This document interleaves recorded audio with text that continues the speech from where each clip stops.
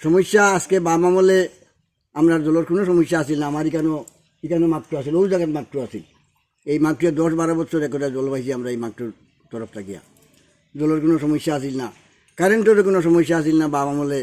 পরে লাস্টের দিকে লোডশেডিং পর্যন্ত বন্ধ করে দিয়েছিল সরকার। কোনো সমস্যা একটে আসিল না কারেন্টর বা জলর। এই বর্তমান সরকার আবার পর থেকে এই 6-7 বছরের ভিতরে আমরা যা ভোগান্তি একটাই জনসাধারণ ভুক্তি আছি এটা বলার মতো নাই। মেম্বারের কাছে গেলে কইবা যাও প্রধানের কাছে গেলে কইবা যাও পঞ্চায়েত এই ব্যাপারে 3বার লিখিত কাগজ একটা দেওয়া হয়েছে। তারা কয় পঞ্চায়েতের কাগজ লিখিয়া দেও, 1বার 2বার করে 3বার একটা কাগজ পঞ্চায়েতে দেওয়া হয়েছে, কিন্তু তারও আজ পর্যন্ত কোনো সুরাও নাই। এরপরে চেয়ারম্যান জলবাসা, চেয়ারম্যানের সাথে আলোচনা, আমি নিজে 2-3 দিন করিয়া চেয়ারম্যানের সাথে আলোচনা করছি। চেয়ারম্যানের এক বক্তব্য, কাকু বেশি দেরি হইতে নাই, ও 2-4 দিনের ভিতরে কাজ কোথায় শুরু হয়ে যাবে। এইভাবে চলছে কোথায় আমরা দিনের পর দিন। এরপরে এই সুমন্টিলার রাস্তা,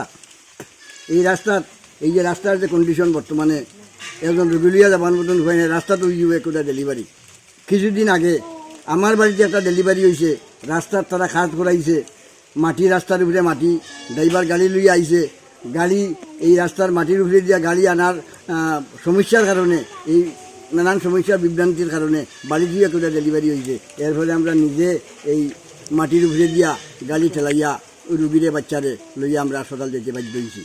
এই রাস্তার উপর দিয়া ডেইলি অন্তত 100-150-200 বাইক ছোটো গাড়ি চলাচল করে, কিন্তু এই রাস্তাটার কোনো বিকল্প কোনো রাস্তা নাই।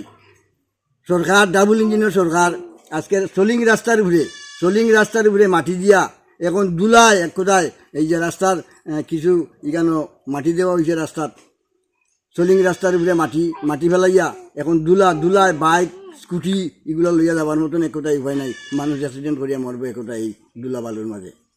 তাইলে আমাদের সর্বসাধারণের এইটুকু মিনতি যে আমরা এই 10 পরিবারে আমরা জল পাইতাম নি না আনা জলে আঁকতে আমরা মারা যাইতাম, ওটাও সরকারের কাছে আবেদন।